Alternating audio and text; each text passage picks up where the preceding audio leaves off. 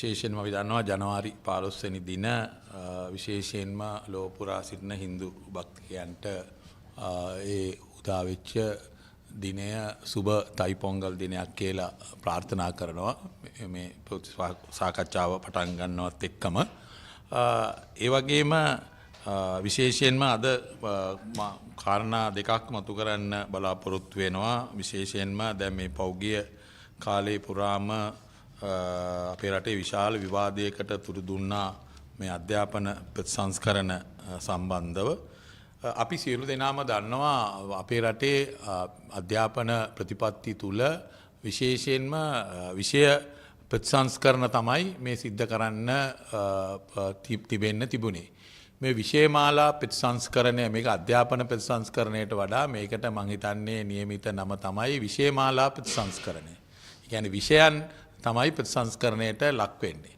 ඉතින් ඒක තුල මේ විෂයමාලා ප්‍රතිසංස්කරණ සාමාන්‍යයෙන් අපේ රටේ අවුරුදු 8න් 8ට කරන්න ඕන ප්‍රතිසංස්කරණ තමයි මේ විෂයන් සම්බන්ධව.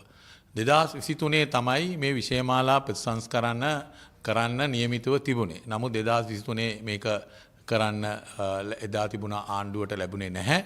ඒ හින්දා මේ ආණ්ඩුව බලයට ආවට පස්සේ මේක නැවත ක්‍රියාත්මක කරන්න වැඩ පටන් ගත්තා. විශේෂයෙන්ම කියන්න ඕනේ දැන් මේ අධ්‍යාපන විෂයමාලා ප්‍රතිසංස්කරණය තුල විශේෂයෙන්ම මේ ආණ්ඩුව බලයට පත් වුණාට පස්සේ මේ සම්බන්ධව පාර්ලිමේන්තුවේදී විපක්ෂයේ හැටියට විපක්ෂ නායකතුමාත් අපේ විපක්ෂයේ මන්ත්‍රීවරුත් මේ සම්බන්ධව ආණ්ඩුවට වයිට් පේපර් එකක් එහෙම නැත්නම් මේකේ දවල පත්‍රිකාව ඉදිරිපත් කරන්න කියලා ඉල්ලුවාමත් මට මතකයි ඒ වෙලාවේ අගමැතිතුමියත් අධ්‍යාපන ඇමතිතුමිය හැටියට එතුමියත් සභානායකවරයාත් නිකන් හාස්‍යයට ලක් කරලා තමයි කතා කරේ. ඒතකොට මේ පාර්ලිමේන්තුවට පවා ඒගොල්ලන්ට මේ විෂයමාලා ප්‍රතිසංස්කරණවල අඩංගු කරුණු මූලික දේවල් සම්බන්ධව ඒ දවල පත්‍රිකාවක් ඉදිරිපත් කරන්න ආණ්ඩුව අපොහොසත් වුණා. ඊළඟට ඒගොල්ලෝ කරේ අර PowerPoint ප්‍රෝග්‍රෑම් එකක් තමයි පාර්ලිමේන්තු මන්ත්‍රීවරුන්ට පවා ඒගොල්ලෝ ඉදිරිපත් කළේ. එතකොට දැන් මේ ප්‍රතිසංස්කරණ පටන් ගැනීම තුලම විශේෂයෙන්ම ආණ්ඩුව උත්සාහ කරේ තමන්ගේ වටපිටාවේ ඉන්න තමන්ගේ දේශපාලන අදහස් දරන තමන්ගේ දේශපාලන මතවාදය දරන ඒ උදවිය ලං කරගෙන මේ ප්‍රතිසංස්කරණ වලට කරන්න ඕනේ කියන එක තමයි ආණ්ඩුව උත්සාහ දරුවේ. මේක විවෘත සාකච්ඡාවකට යනවට වඩා තමන් ඉන්න කාමරයේ තුල ඉඳගෙන මේක අනිත් අයට නොදැන කරන්න තමයි මේ ප්‍රතිසංස්කරණ වල ආණ්ඩුවේ මූලික අරමුණ උනේ. එතකොට දැන් දිගින් දිගටම අපි පාර්ලිමේන්තුව තුලත් එළියෙත් අපි කිව්වේ මේ අධ්‍යාපන ශාස්ත්‍රය තුල විශේෂඥයින් ඉන්නවා. ඒ වගේම ඔවුන් සම්බන්ධ කරගන්න අධ්‍යාපන ශාස්ත්‍රයත් එක්ක සම්බන්ධ වෙච්ච ප්‍රායෝගික අධ්‍යක්ීම් තිබෙන වෘත්තීය සමිති තිබෙනවා. ඔවුන් මේවට සම්බන්ධ කරගෙන මේ ප්‍රතිසංස්කරණ ඉස්සරහට ගෙන යන්න ඕනේ කියන එක තමයි අපි දිගින් දිගටම දරපු මතය. නමුත් අපි දරන මතයට වඩා වෙනස් මතයක ආණ්ඩුව හිටියා. ආණ්ඩුව උත්සාහ කරේ Tamanගේ දේශපාලන වටපිටාවේ ඉන්න උදවියත් එක්ක සාකච්ඡා කරගෙන ඒ හරහා මේ ප්‍රතිසංස්කරණ ක්‍රියාත්මක කරන්න තමයි උත්සාහ දරේ. දැන් අපි සියලු දෙනාම පිළිගන්න දෙයක් තමයි අධ්‍යාපනය දැනුම මත කේන්ද්‍ර වෙච්ච මේ ප්‍රතිසංස්කරණ වෙන්න ඕනේ.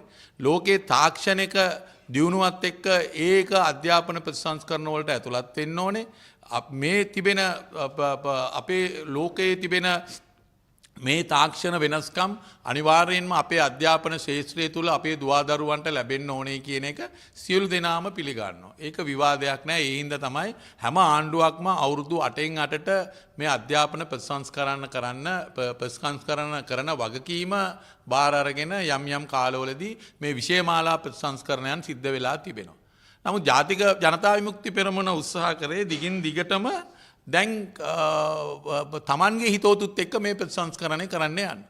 දැන් ඒක කරන්න ගිහිල්ලා තමයි දැන් මේ අවුලක් හදාගත්තේ. දැන් ඒගොල්ලෝ උත්සාහ කරනවා දැන් මේ අවුල හදාගෙන ඒගොල්ලෝ විසින්ම නිර්මාණය කරගත්ත අවුල ලියා ගන්න බැරුව අන්තිමට ඒක අවුරුද්දකට කල් දාන්න සිද්ධ වුණා. දැන් ඒක කල් දාන උනාට පස්සේ දැන් ඒගොල්ලෝ උත්සාහ කරනවා මේ විපක්ෂයට චෝදනා කරන්න මේ විපක්ෂයේ හින්දා තමයි මේක ක්‍රියාත්මක කරන්න බැරි වුණේ කියලා. ඒක අමූලිකම පට්ටපල් බොරුවක් විපක්ෂයේ හින්දා නෙමෙයි තමන්ගේ තිබෙන නොහැකියාව උඩ තමයි මේ විෂයමාලා ප්‍රතිසංස්කරණ කරන්න ඒගොල්ලන්ට නොහැකි වුණේ. Tamanගේ තියෙන නොහැකියාව. මොකද මේ වැඩේ හරියට කරලා තිබුණා නම් විනිවිදභාවයකින් කරලා තිබුණා නම් මේක ක්‍රියාත්මක කරන්න තිබුණා. දැන් අපි බැලුවොත් එහෙම ඇත්තටම දැන් මේ විෂයමාලා ප්‍රතිසංස්කරණ මේ හදලා තියෙන මොඩියුලේ තියෙන්නේ අවුරුද්දටම නෙමෙයි මාස 3කට තමයි මේ හදලා තියෙන්නේ.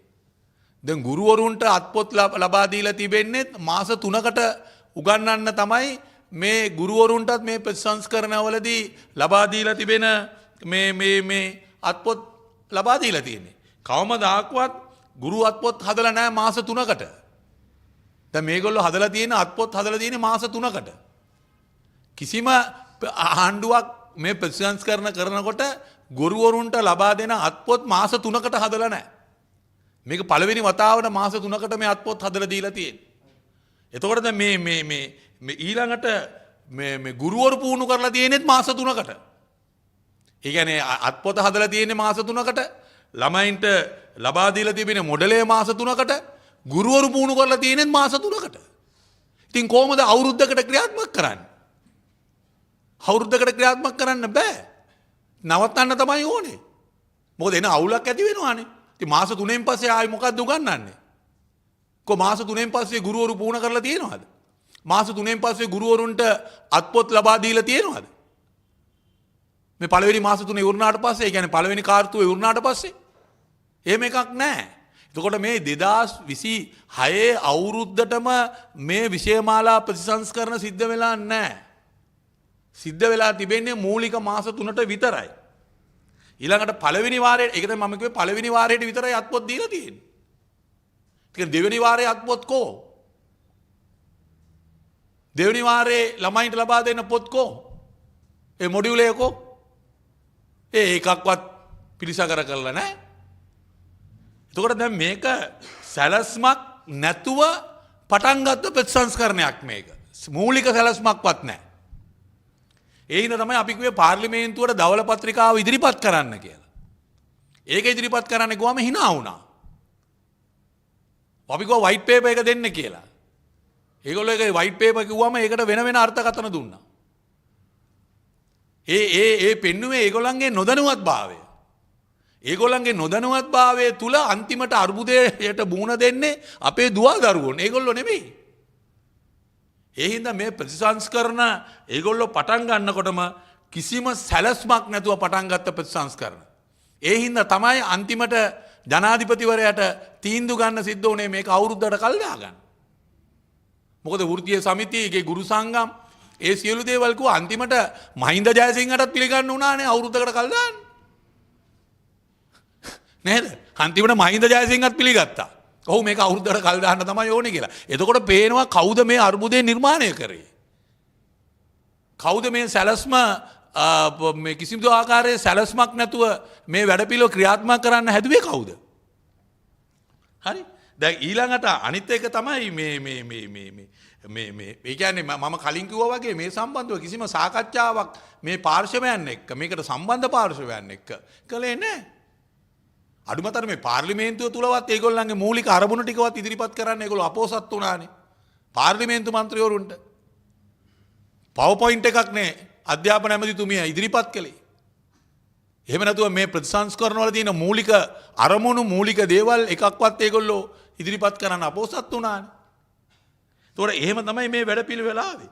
දැන් ඊළඟට අපි ගත්තොත් එහෙම විශේෂයෙන්ම අපි ගත්තොත් එහෙම දැන් මේකට අවශ්‍ය යටිතල පහසුකම්. යටිතල පහසුකම් දෙන්නේ කවුද? දැන් ආණ්ඩුව තීරණය කරලා තියෙනවාද මේ ප්‍රතිසංස්කරණ ජනවාරි මාසේ ක්‍රියාත්මක පටන් ගන්නවා. නමුත් ඒගොල්ලෝ යටිතල පහසුකම් ටික දෙන්නේ මාර්තු මාසේ.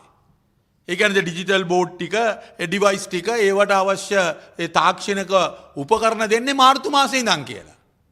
එතකොට ජනවාරි මාසේ ඉඳන් මාස 3ක් යනකම් ළමයි කොහොමද ඒ මොඩල් එක ඉගෙන ගන්නේ?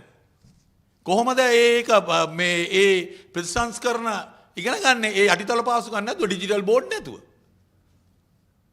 ඩිජිටල් බෝඩ් දෙන්න කියන්නේ මේ ජනවාරි මේ මාර්තු මාසේ. දැන් අපි දන්නවා පාසල් වල මේ ඩිජිටල් බෝඩ් ගන්න, ඩිවයිස් ගන්න දැන් දෙමව්පියෝ අංගෙන් සල්ලි එකතු කරනවා.